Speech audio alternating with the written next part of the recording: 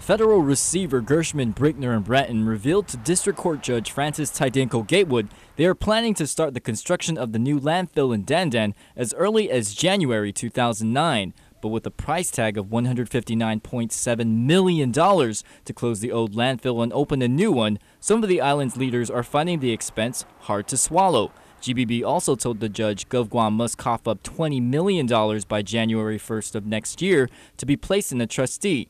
Governor Felix Camacho says finding the money will be a challenge, one that he and the legislature must tackle together. Finding and setting aside $20 million will be a challenge, but we're going to see what we can do. There are going to have to be sacrifices made all around. How exactly is Guam going to finance this monumental solid waste expense? GBB recommends the use of traditional revenue bonds with a Section 30 financial backstop and a long-term loan.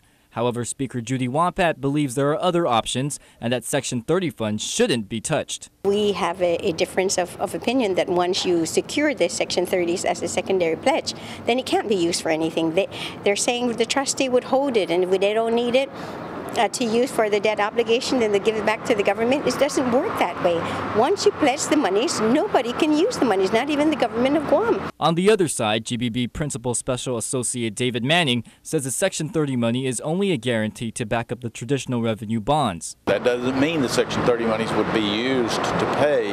It means they would be used to guarantee that if the fees were somehow insufficient to pay, they would pay. Aside from the cost, the federal receiver also noted its improvements to the solid waste division, highlighting its pilot recycling program, purchase of new equipment, and boost in employee morale. But overall, Manning stresses Guam is running out of time and space at the Ordot dump, and the island's leaders must find the money to avoid the major consequences ahead. They must provide the money.